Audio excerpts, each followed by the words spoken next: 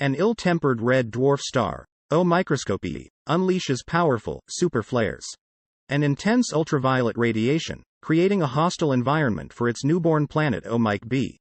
The planet's hydrogen atmosphere is being stripped off due to its close proximity to the star, causing extreme variability in its atmospheric loss, as observed by the Hubble Space Telescope. The planet experiences unpredictable changes orbit by orbit, puzzling astronomers. This observation challenges current planetary evolution models and raises questions about the potential habitability of planets around red dwarfs.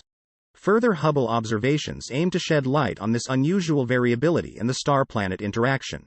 Don't forget to subscribe and read the full article in the comments below.